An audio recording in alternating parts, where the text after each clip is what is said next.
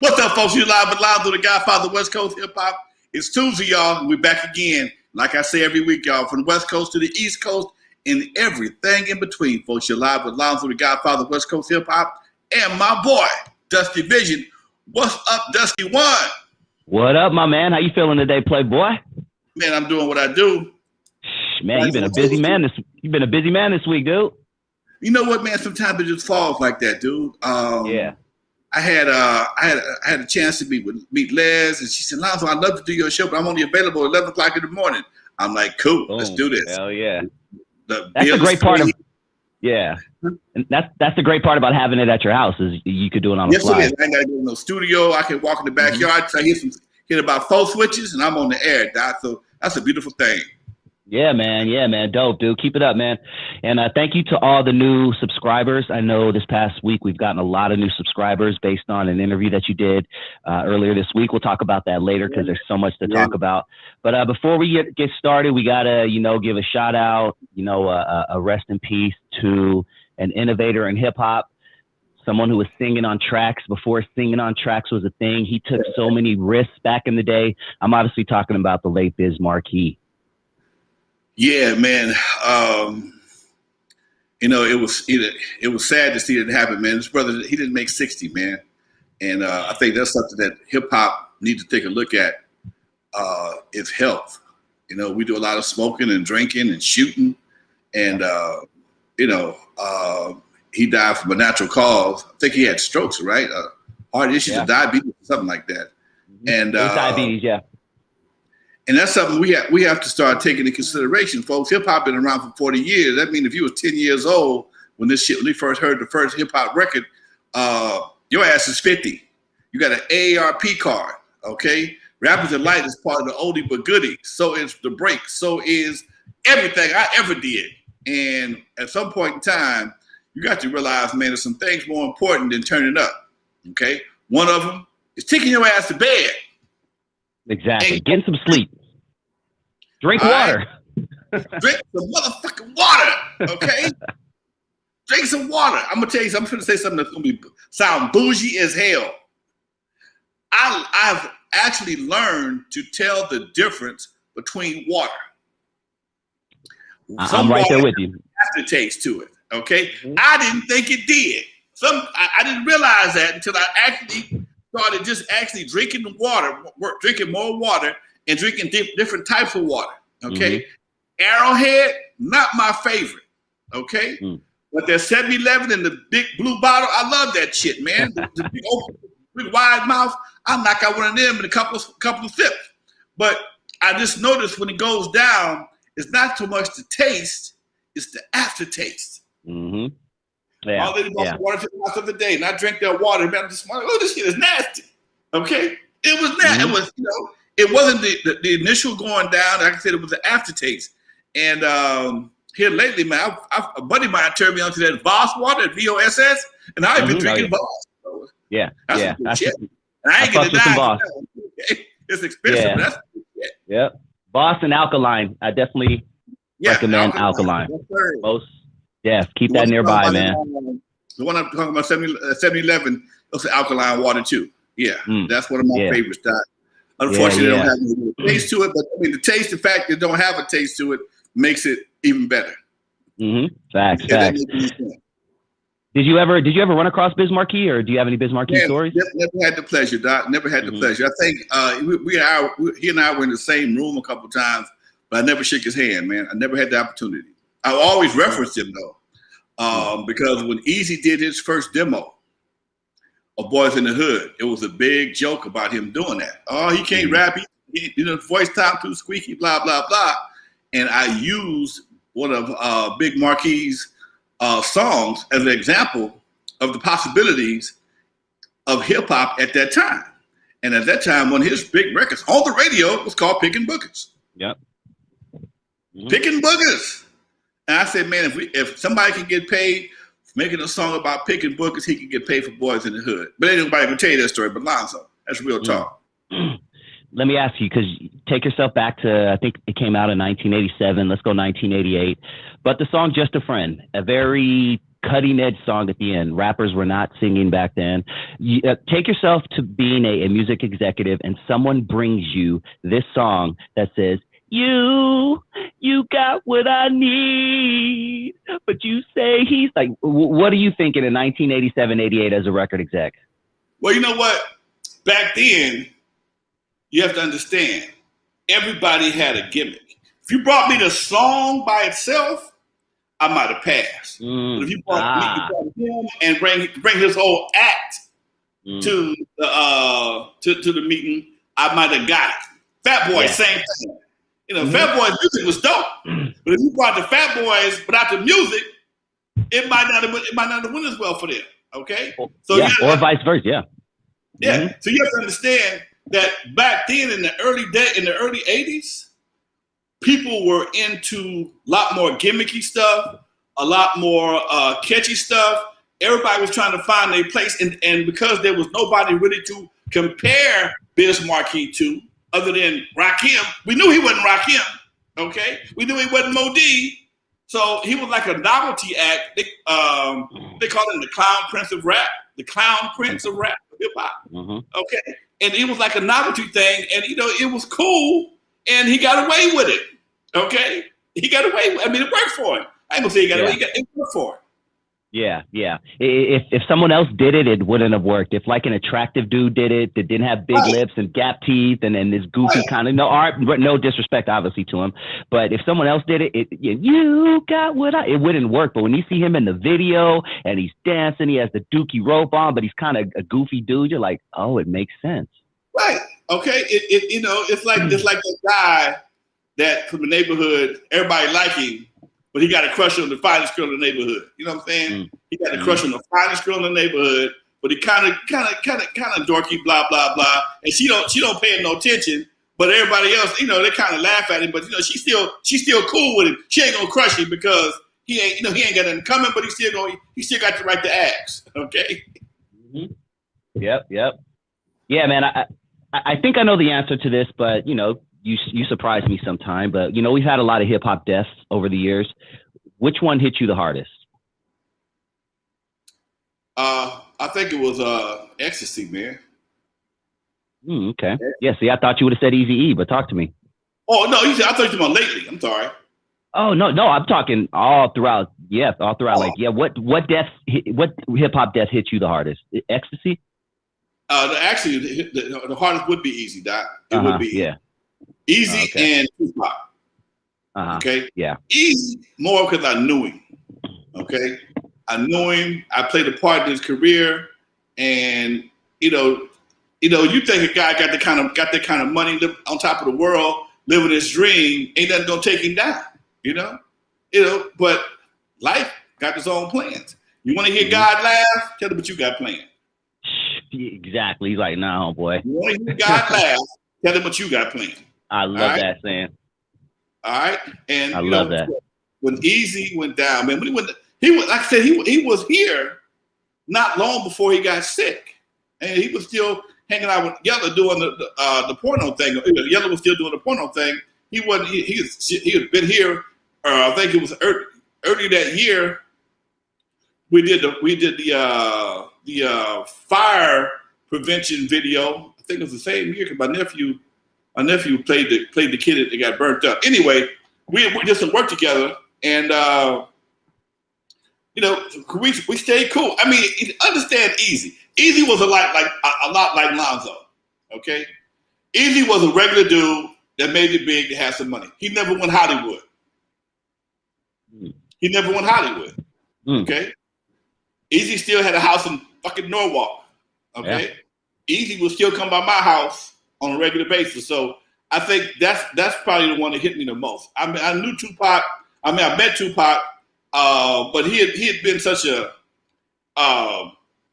Wild West character. You just figured he was just going to bounce off of him, keep on rolling, and that didn't happen. So those two right there probably the ones that hit me the most. And lately, and going back to as far as lately goes, Ecstasy, because I was with. A couple of years ago when LL opened up his radio station, I was with Jalil. He didn't look that healthy. some odd reason. He just said he had been dealing with some stuff, and I got a picture with him. But I just see ecstasy there, and I was wondering what was happening with him.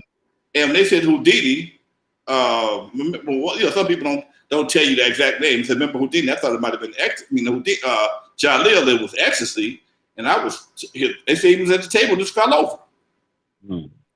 And I've had buddies that do that, man. I've had buddies that was, going to take a shower, girlfriend hear a thud in the bathroom. Yeah, and man. One man is non-responsive. No, nothing. So yeah, man, because as you get older, you worry about stuff like that. Okay. Yeah. I'm in my studio a lot of time by myself, man. They might have one back here. I start thinking shit. So that kind of makes you yanks your chain, man. That definitely yanks your chain. They still don't. Does anybody know what happened? They know. They still don't know the cause of death yet. They do. They still ain't said nothing. I didn't hear anything. Yeah. Choke. I don't know. But man, I stay at this stage in our lives, man.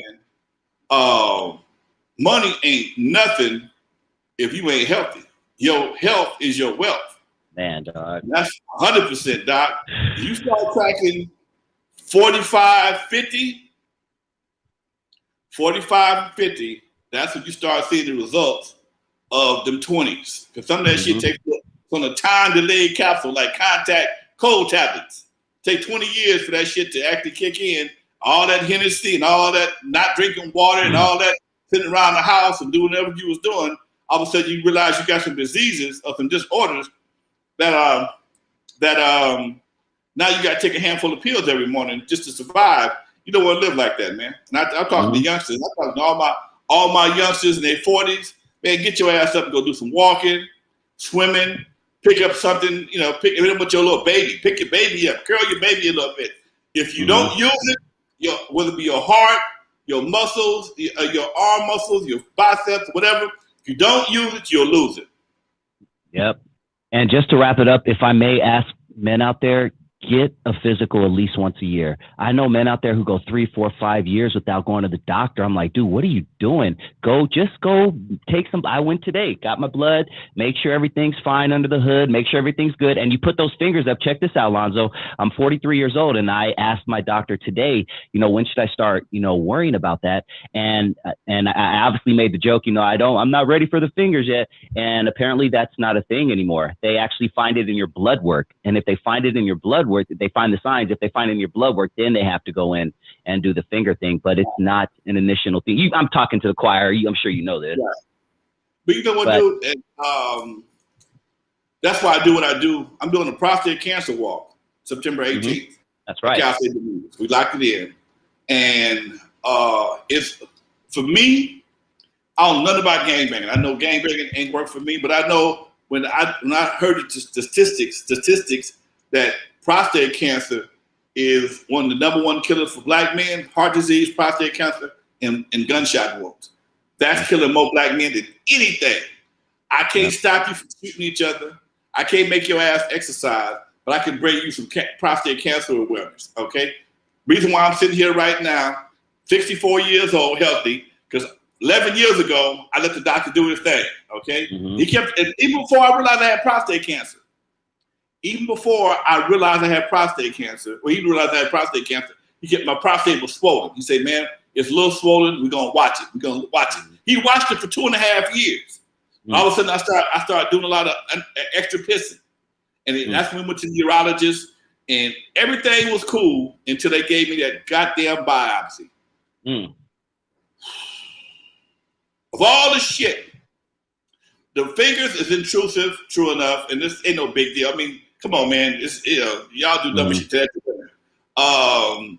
But the biopsy, after they give you the Flomax and all the other stuff, they give you the biopsy, and they got to go in. And back then, they went in no drugs, no nothing, no Hennessy, no shot, no mummification anywhere. They went in the out room, okay, in the outshoot, and took 10 snippets of my prostate, okay, and the nurse is back there. I'm on all fours. It's horrible. And she back there, Mr. Williams, don't worry. I have never been hit or anything. Don't worry about it. I'm down there. She got the snippet on my damn prostate, and I'm trying to figure out how can I hit this bitch. I can't hit it because my arm's too short. I can't be trying to knock this broad out. But that's the other part. That's the only part that's really painful. And even the recovery, man, just to know that you can recover. Take a little time to recover. But dude, I was telling a buddy of mine a few minutes ago, I became the prostate guru.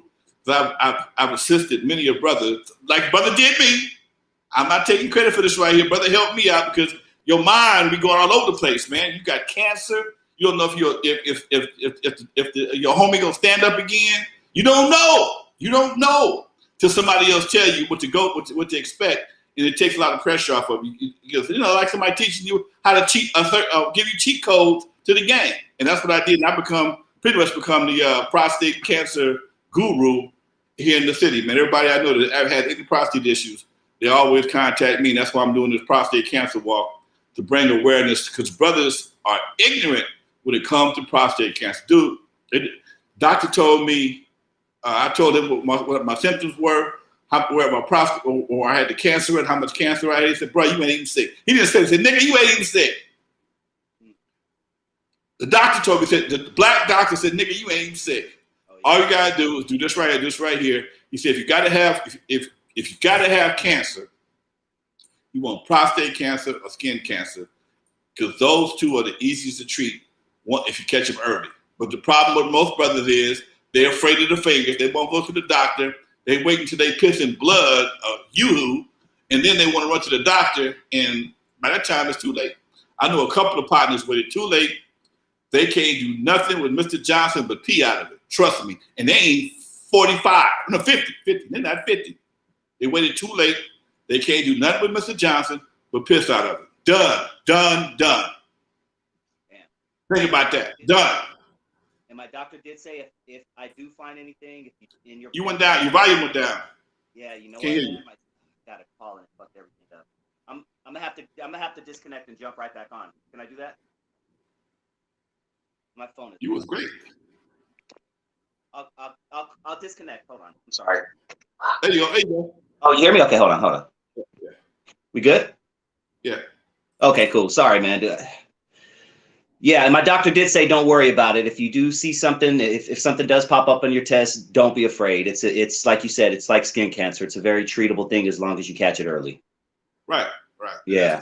That's the part about it. And it's a good chance. They said, man, 4 out of 10 brothers gonna have it. Damn, that's a high number. 4 out of 10. That's a high number. Well, let's stop talking about prostate a little bit. We'll talk more about it once we get closer to your walk in September.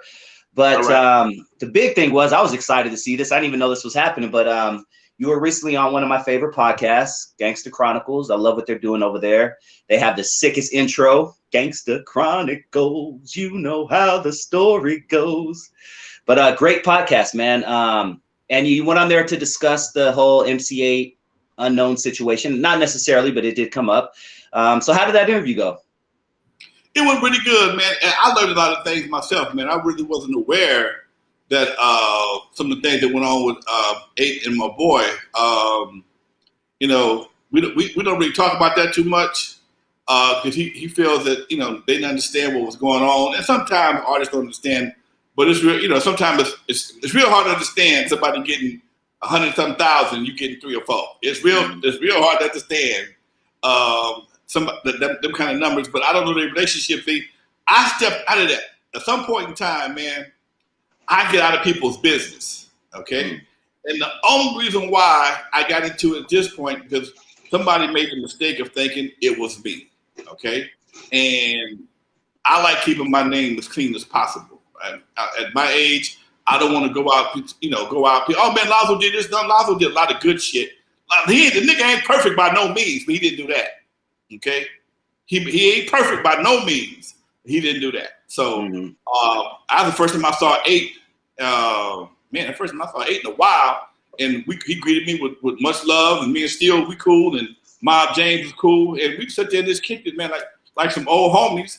And I dropped some game on him because one of my other projects we had, the compilation, got caught up in some bullshit. I mean, record business is a cold game, man. The record business was much colder than the game we have right now. Back then. The record business, the CD, cassette, 12-inch business, album business was much colder because you gotta understand, man. You gotta understand, you taking a piece of vinyl, smashing it, taking some tape, putting it in a little bitty box or a CD, and these things have value. Okay? It's like printing your own money. Anybody get one of your cassettes, one of your CDs, got an instant $10. Anybody got an album, got $7 to $8. Anybody got a cassette, got $5 or $6, depending on what your wholesale price is. So you can walk into any record store with a hot CD and get $10 a pop like it's nobody's business. Yep. Okay? So when you have physical product and you don't know, you can't control the manufacturing, and I don't care who you are, it's hard to control the manufacturing unless you make them in your backyard. You got to get a man the parts to make the product.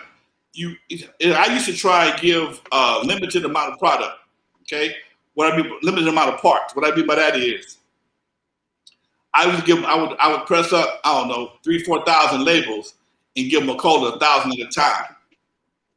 But it didn't make sense because the goddamn pressing plant that made the labels were right next door to Macola, and they had a door leading to each other. Okay, damn, it made no goddamn sense. They had a door. Literally, there was a door between Macola and the label place. That's crazy. They were all in the same building. Okay? There was a door, you turn the knob, walk next door, there's G&M Graphics. Now, the people that ran G&M Graphics, Max and his wife, I forgot her name, G&M. Anyway, Gloria and Max, they were nice people, but Don was their biggest customer. So if Don ordered an extra 1,000, 2,000 labels, as long as they got paid for them, you know what I'm saying? It's real hard to regulate that. Don got the vinyl. All you need to make a 12-inch is 2 parts, the vinyl and the label. Oh, yeah. Especially if you're doing white label sleeve, you ain't got a jacket for it. And depending on what's happening, even if you got a jacket for it, if somebody is able to move them in volume, people don't care about the jacket. They'll buy the white jacket or the black jacket or the red jacket. They don't care. Because I've done it. Okay? I've sold my own records in white jackets because I ran out of turn off the lights jackets. So I just had to push them in white jackets for the time being because the jackets were made in Canada. And it may take you 2 or 3 weeks to get another 5,000. So here you are, if you being an independent, you got a choice to make. You got to figure out either I'm gonna make 10,000 and bet I'm gonna sell all these images in the next 60 days, next 30 to 60 days, or I'm gonna make 1,000 at a time and see how this thing go first. Because whatever you make, you got to pay for. Independent, you got bills. So if you make 10,000 jackets, you got to be ready to pay for them. Whether you whether you sell the records or not, put them in your garage. They don't give a damn. Okay, so that was kind of the dilemma we had, and a lot of times people would take those chances. So sometimes we would put records out. I didn't do a lot of it. I used to put most of my records had covers, as you can see behind me. I had a custom cover made, and that was how I tried to control my manufacturing, because I kept an inventory of the jackets. Most cats couldn't do that. That's dude. I love hearing these old stories. You know what? Speaking of that, there was a famous scene in Straight Outta Compton when Cube went into Priority with the baseball bat and pretty much tore shit up. And you guys brought that up in the interview. We briefly talked about it a couple years back, but you were one of the first to do that. You went into Macola and wrecked shit, right? Man, look.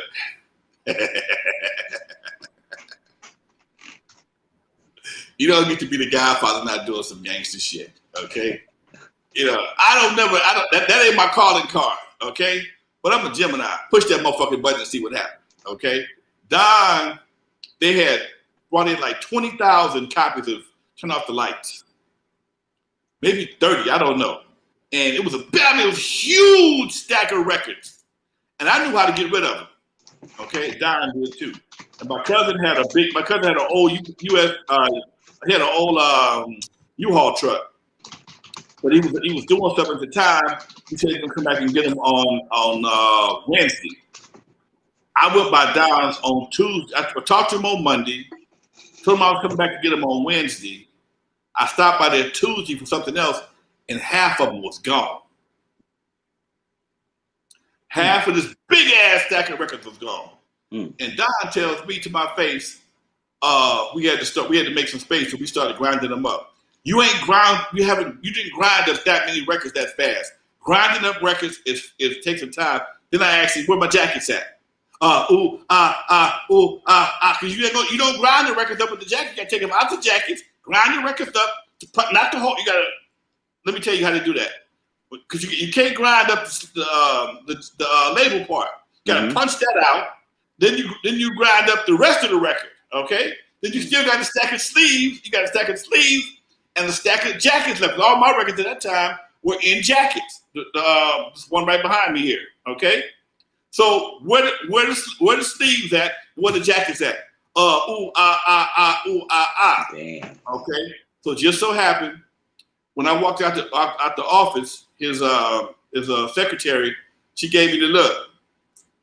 Okay. All right. So I called her. She says your record's over at some record jobber on Washington, and I knew where it was. I sold to him before, and sure enough, I rolled over there. And they still don't know. Next day, I went by Don's office, and in the unknown, they put something together. And I said, I need my goddamn money.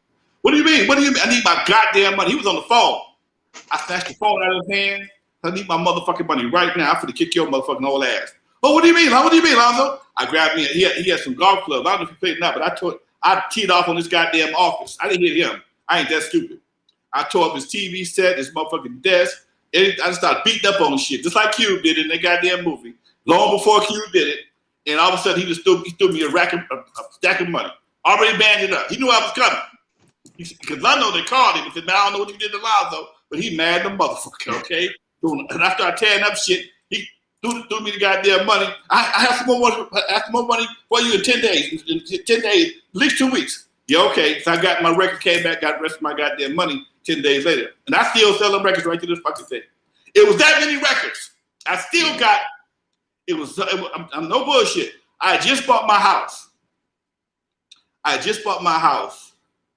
And my garage and my house had the guy who owned it, Johnny Otis. My garage was a rehearsal studio. Mm-hmm. He had a recording studio back in the back where we are right now. And he had a rehearsal studio in the garage. And when I bought the house, because it was a garage, they made me take the garage door off. It wasn't the garage door in front of my house. There was no garage door. He had boarded it up.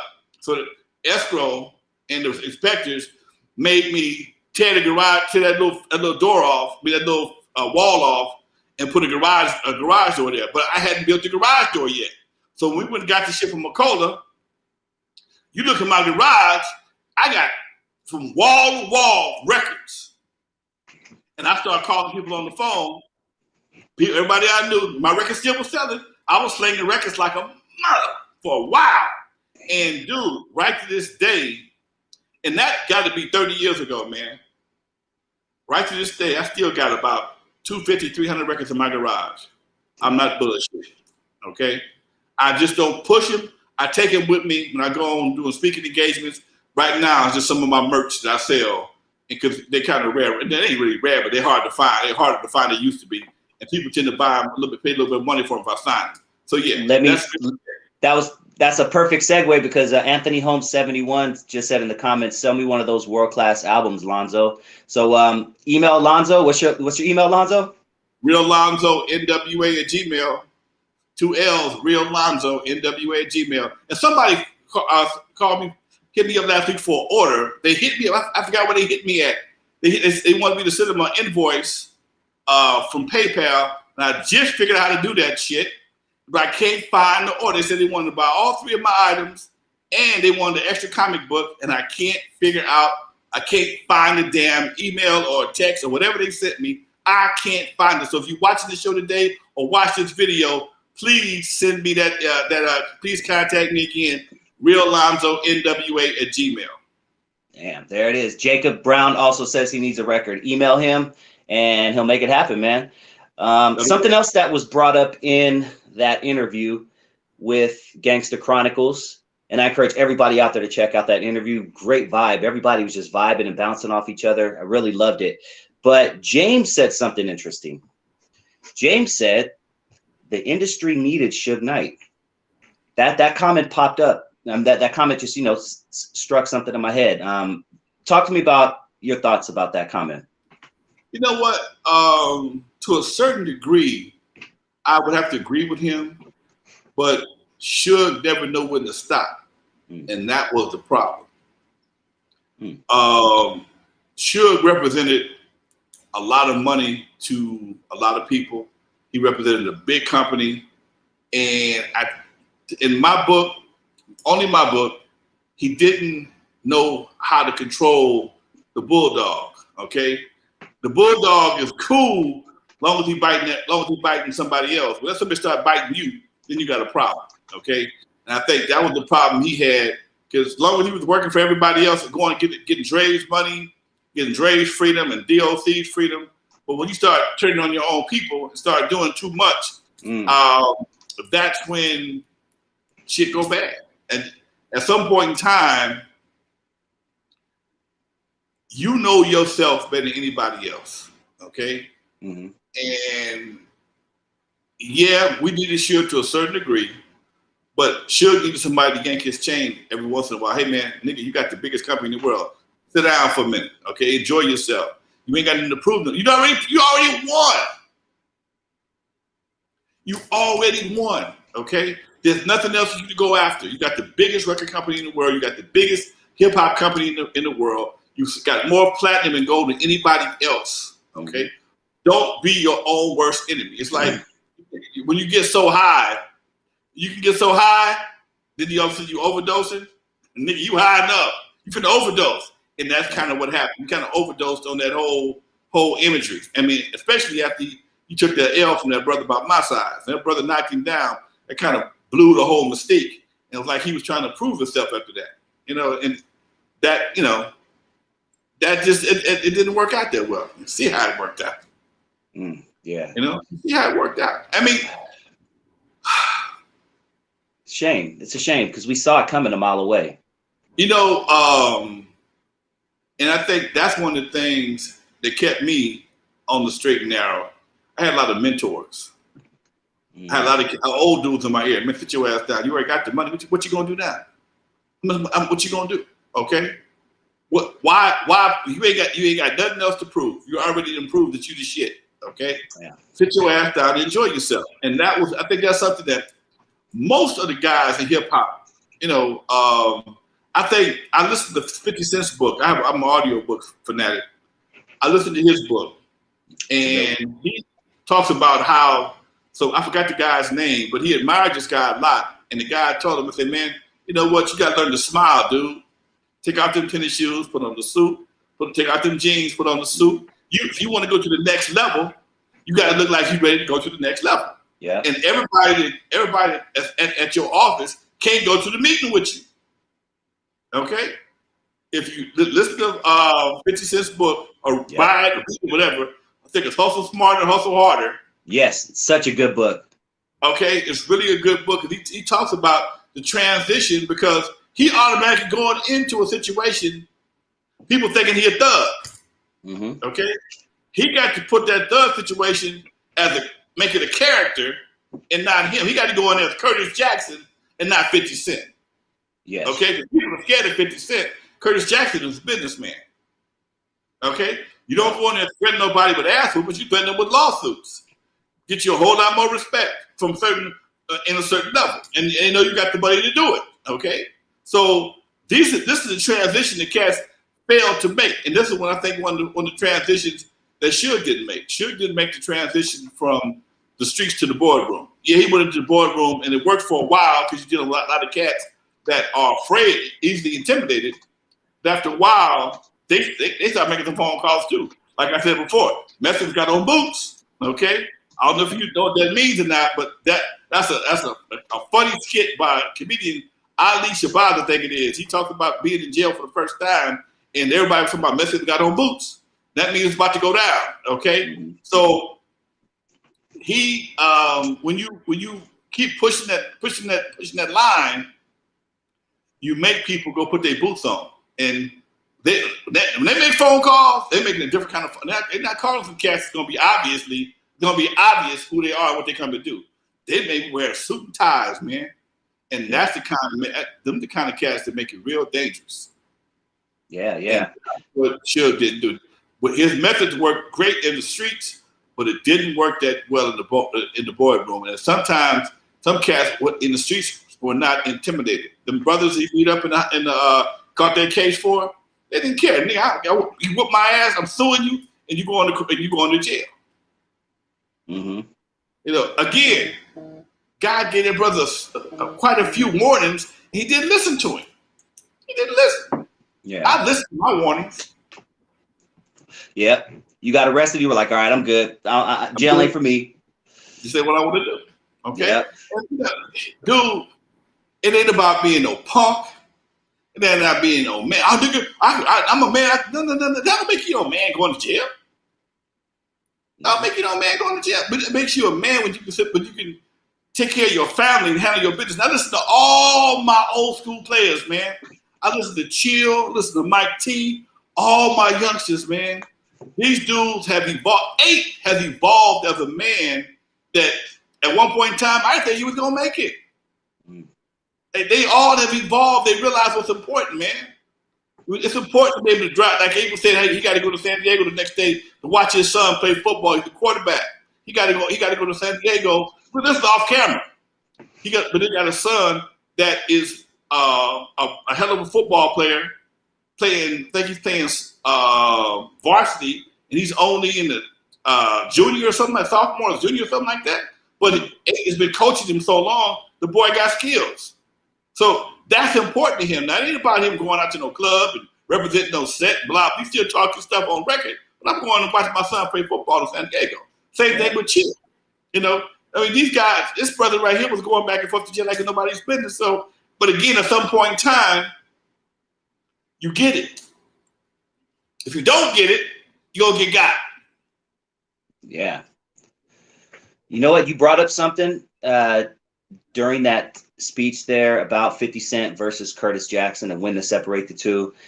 Now, you knew Eric Wright, and we all know, according to, respectful people and people who are in the know, Eric was a gangster. He did some gangster shit, sold drugs, whatever the case is. But was he too far off from Eazy-E, or was Eazy-E the character just like this person that Eric Wright was not even close to being? Eric was Eazy was a character like a son of a gun. Eric Wright was a real smooth, laid back dude, quiet cat. Whatever he did, he didn't broadcast it. He wasn't that kind of dude. He did something. He in and out. I can't recall him drinking no 40 ounce. Maybe I didn't know him that well, but I can't around. I'm sorry, I can't recall him drinking no 40 ounce around here. Okay. At that time, well, nobody drinking no 40 ounces. You're right. I had a homie on, I think it was Scratch. I had him on my show, and that infamous N.W.A. picture where there's a bunch of graffiti in the back and there's 40 ounces, empty and things like that. He said damn near everybody poured out their 40 ounce to make it halfway, to make it look like they drank it. They said the only person that really did drink it was Crazy D. Okay. And that sounds about right. That son bitch stayed drunk. Okay. He stayed drunk. I got to call Crazy D too. Yella ain't never drank. Never. All the years I've known him, all the clubs we ran together, ain't never drank. Dre drank some champagne every once in a while. Nobody smoked weed. At that time, weed was not popular, man. Weed was not popular.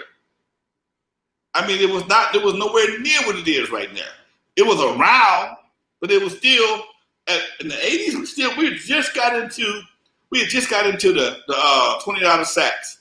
Because before then, we were still doing 4-finger dime, 2-finger nickels. Yeah. But we had just got into, and that was a hell of a mental transition to go from 4-finger dimes, 2-finger nickels to a $20 what?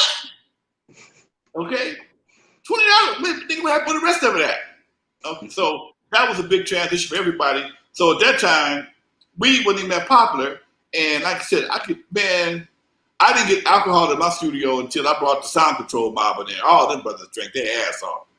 Every time I took my trash cans out, it was like I was going to the recycling joint. Just my trash cans just be clanging and clanging and clanging. Okay, but before then, nah. So Eric once told me, we were sitting out on the patio, because he would relax around my house. You know, we sit on the patio and kick it. I said, man, how long you gonna be Eazy-E? How long you gonna keep selling this Eazy-E thing? As long as they keep buying it, Lonzo. You know, and a lot of what he did was over the top. Once he figured out what people like, he just kept giving it to them. He liked the straight jackets and the glasses with no eyes and the guns and shit. I never saw him with no guns. I saw him with the big ass twin bodyguards he had all the time.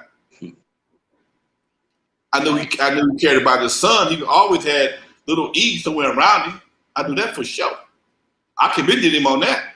So it was, he had it was an Eric and it was an Eazy-E.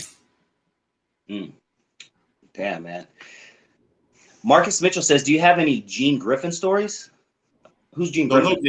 I know of Gene. I've never met Gene Griffin. Oh, okay. All right. Sorry, Marcus. In that interview, you mentioned Blueface. Why do you think rappers are still signing bad deals in 2021? Because, man, it's the fantasy, dude.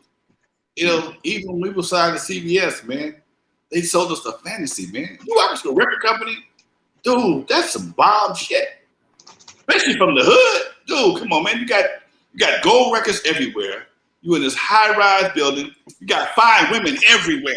Everybody fine. Receptionists fine. Everybody fine. And then they invite you to one of them parties, all the models, and you want to be a part of that world, dude. You want to be a part of that world. Where I got to sign up to be a part of this right here. And it's not that you sign up and don't have the success that you expected or they expected till you start seeing the real world. You don't get them phone calls. Your phone calls don't get returned as much. The receptionist ain't as fine as she used to be. And you just kind of get disillusioned real quick. But nowadays, guys, they hype themselves up so much on the industry because everybody is on the gram and making things look big, and he's selling this illusion of prosperity. It's like the prosperity preachers. Okay, I got one preacher buy a Rolls, one buy a Ferrari, other one buy a jet, and you make it look like it's really all that. And people want to be a part of your church because you're doing big things. Same thing when it comes to this music game. And people want to see, people rent houses and cars and drink expensive shit and wear big jewelry and flash money to make him look bigger. And everybody wants to be on that side of the fence. And you tell me I can be on that side of the fence? All I got to do is sign my name? Are you serious? It's that simple? Yeah, it is. And especially if you don't read the contract, and I give you a stack of money, because back in the day, man, they had this cold game they would do to us or artists. I'm gonna use some items here as a prop so you understand what I'm talking about. Pretend this book is the contract, okay? You go to the office, and on the contract, sitting on top of the contract is the check, sitting right there on top of the contract. Okay, on top of that contract, all you see is your name and zeros. Your name and zeros. Okay, that's all you see is your name and zeros. Damn. All right. Damn.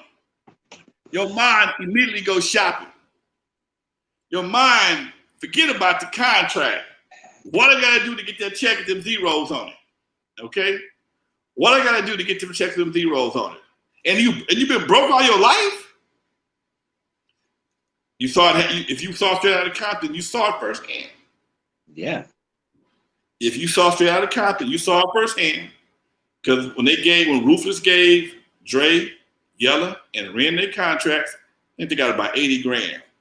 Cube said, "No, I want to read my contract first." Well, why you got to read it? I want to read it. Okay. And once he read it, he got the same deal they got, and he wasn't happy with it. But they still owed you the 80. They still owed you the money. The money was yours whether you signed or not. And that was the part that he had to stress. That's my money. I've been on tour. I got record sales. You can't make me sign that contract. You can't make me sign that contract just to get that check. The two are not related. And they tried their best to make those two related. He didn't go for banana in the tailpipe. And that's how you got Cube, and that's how you got various players, other players in the game. Everybody else kind of quiet. Cube, Dre stepped off. Everybody that left stepped off, got still ball out of control.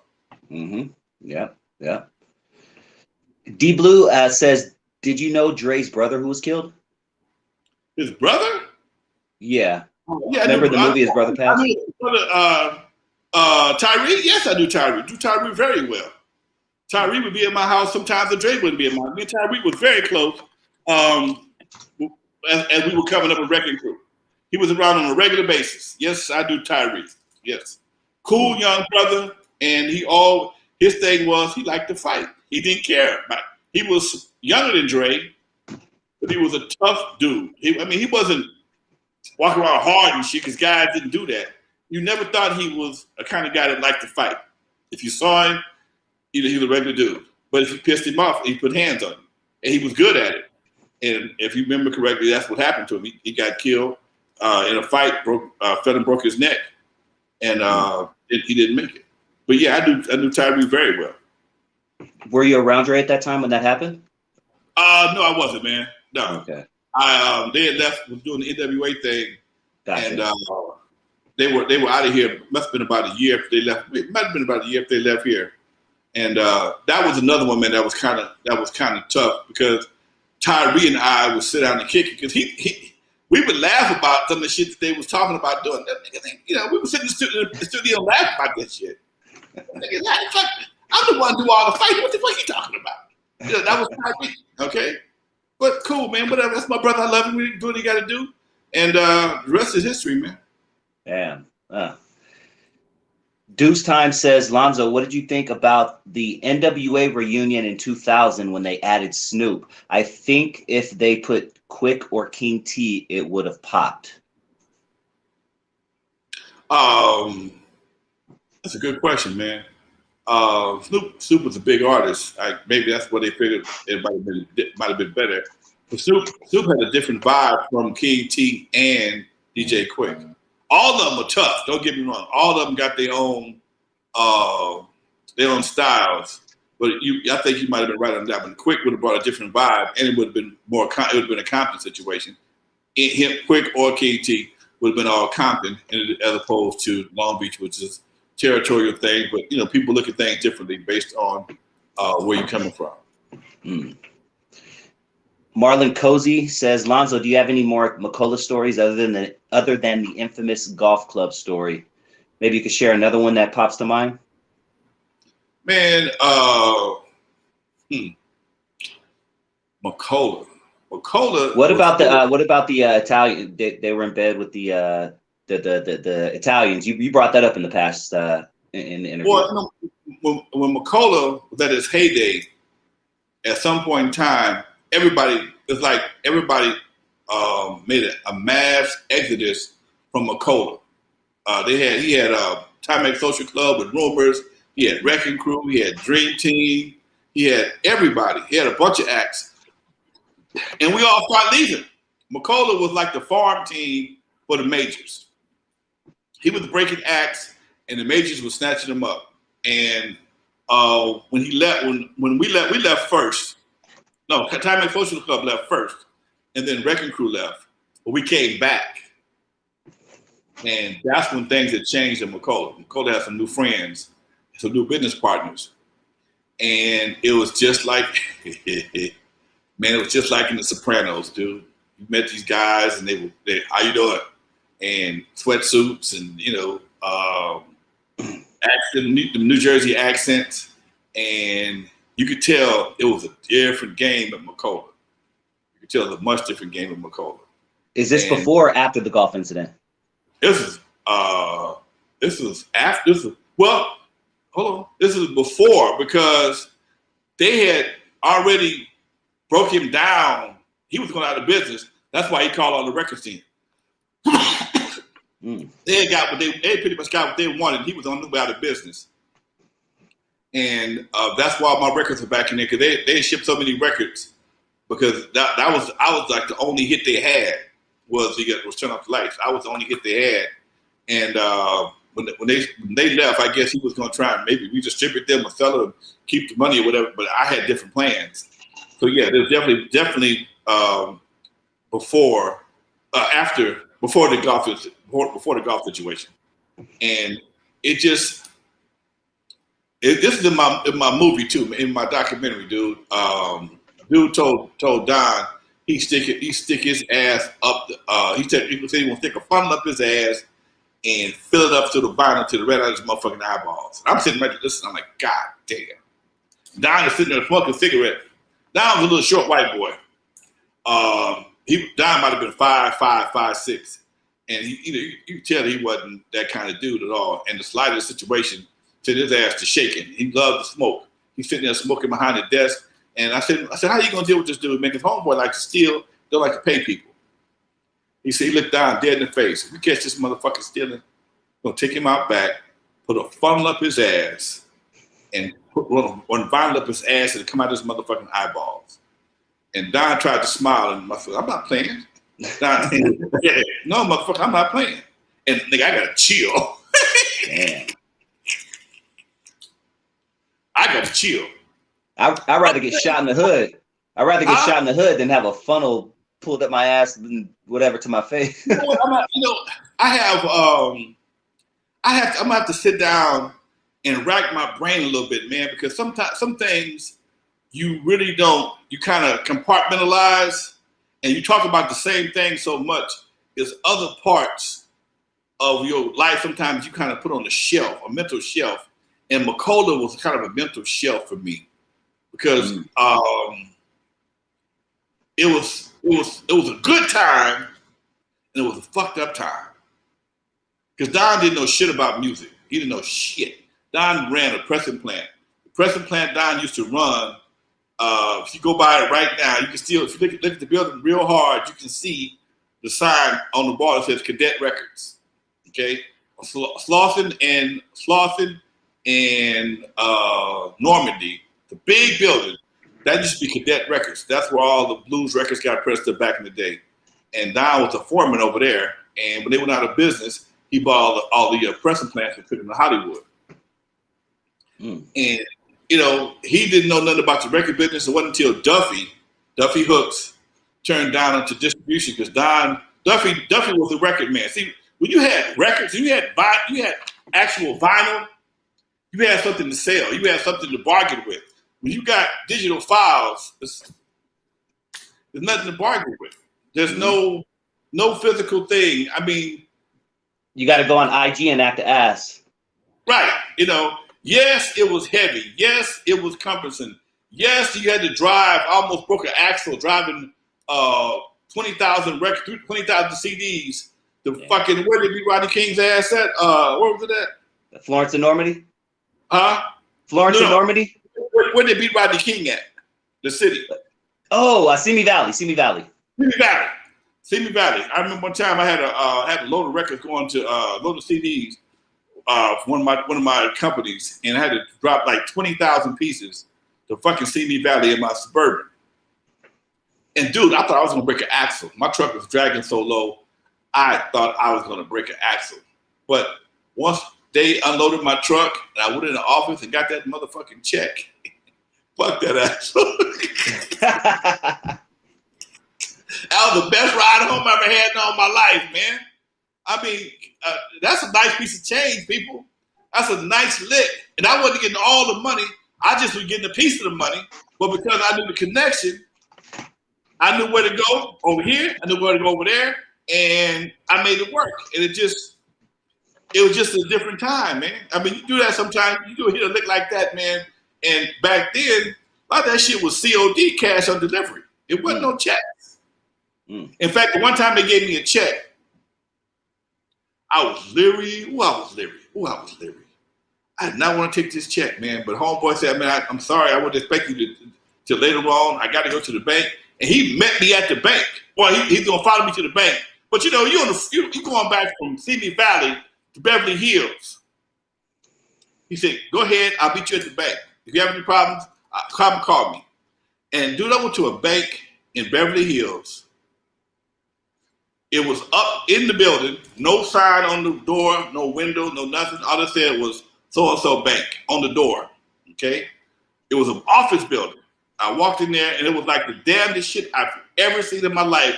The most comfortable, no plexiglass, no nothing, coffee and donuts and shit, and it's like an office. But it was a bank in Beverly Hills, up in the office building. And I had a pretty fat check, and I knew they were gonna give me a bunch of shit, and they really didn't, man. They made one phone call to verify with homeboy, verify the funds, and verify homeboy. Yes, I gave him the check, and next thing I know, they start dropping stacks on me. Like, yes. As hell. I was nervous as hell, man. You still got a shitload of money, although you in Beverly Hills. You know, it was a different time, man. It just, you know, I think about it now and smile. Me and Unknown think about it. If I could ever get his ass on the video, man, and because sometimes we just kick back and just reminisce about how different the times were, man. How much more rewarding it was to pick up your mask, pick up your plates from your test press from Macola and play a record for the first time on a big stereo. Or hear your shit in a big studio, go to Bernie Grubman or one of the other mastering houses and get it mastered and get your labels. And you know, it was a more involvement in your artwork. You had more to do. It was a full-time job running the label back then, man. Then you had to get posters made. Yeah. You had to get flats made. It just was, and it was a lot more interesting. And even then, to get a 4-color jacket made, man, was a major production, dude. You couldn't just get, not like now. You got people make 4-color flyers. Look at my shit. Most of my shit is 1 or 2 colors. The house fly is 3 colors: black, that off color, and that yellow. Battle Cat is black and red, black, white, and red. Okay, that means house fly probably was a black cover, and everything that's black was white with that 1 color on top of it. And Z-Rock, same thing. Black cover, and Z-Rock was something else. So we didn't get into, and even Turn Off the Lights was a black and white cover. Look at it. You can see it right behind me. Mm-hmm. And we didn't get into our first real full color shot till our album, as you can see, yellow, white satin lace glove there, and Dre's suit, but we didn't get in no real color, man, because color was expensive. Yeah. Now color is no big deal. Yeah. Damn, man. Well, I want to thank you, Lonzo, for all the shit you had to go through to bring us, 40 years later or so to where hip hop is today.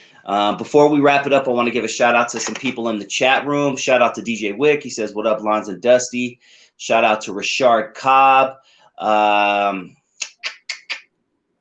Let me see. Naris Black. Rock BG says, "Man, you dropped so much game on the Digital Soap podcast." I agree. That was a great interview. Check it out. Shout out to Gangster Chronicles. Designer Source says, "I just finished the audiobook. Thanks, Lonzo. Check out that audiobook." Remind them again where they can find the audiobook and your book and the comic book. Now, the audiobook, you only get that from me. That's a private situation. It's not on my website yet. I'm getting my website updated to feature the audiobook. Now, there is an audiobook without the music on Audible, But the one with the music, the one that I sell, that's only through me. You want to get it? Give me shoot me an email with the information. We'll make it happen. Anything autographed, comic book, or the paperback. Anything autographed, hit me up direct on my email, Real Lonzo N.W.A. And we'll work out the payment through Zelle, Cash App, whatever the case may be. Text me your information, what you want me to say, how you want to say it, and we'll make it happen, folks. I mail out stuff every Thursday. In fact, Martin, yours is going out tomorrow, Martin, because I just had to get something taken care of. But I got Martin. Martin Cozy. I got you covered, Doc. I didn't send it out yet, but it will go out tomorrow for sure.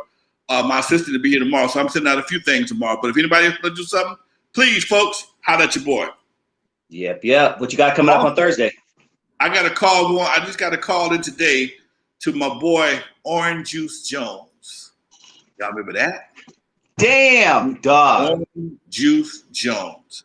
I'm the Rain song, man. Get out of here. I saw you and him. Yes. Walking in the rain. The OG Macola pepperoni, with all kind of pimp sauce on him. I called him earlier. He didn't answer the phone, but he said he would tell my partner he would do it. We just got to make sure our times match up. So hopefully I can get him on Thursday, folks. So I'm looking to get Orange Juice Jones on the show soon. Hopefully Thursday. Can't guarantee it, but if not, I'll say I have another fly guest for you. Damn, people, you got to check out Lonzo's bringing in the guests. We had Curtis Blow this week. He had Big Les, Orange Juice Jones. Make sure you guys go in the archives and check out the show. If you guys are new to the show, new to the channel, go to the archives. Lonzo has interviews with some jewels, man. I mean, Compton's Most Wanted. I mean, he really is bringing it, and it's all for you guys. Thank you guys so much for subscribing, liking, and all that good stuff. I want to bring the people don't see. Yes. Everybody, the littles and the babies, that's cool. But a lot of folks, man, the vets, the guys that you don't hear no more, the ones that help lay this foundation, they doing other things now, and people kind of forgot about them, man. I feel that's kind of injustice for brothers like myself and anybody else who was in the mix in the early days that kind of got swept under the rug for whatever reason. So yeah, I'm gonna bring the heavy hitters best of my ability, folks. That's what I do. Yep. That's it, man. All right. Much love, folks. And like I said every week, y'all, from the West Coast to the East Coast and everything in between, folks. Dusty love. Much love to you, boy. Peace, folks. Peace.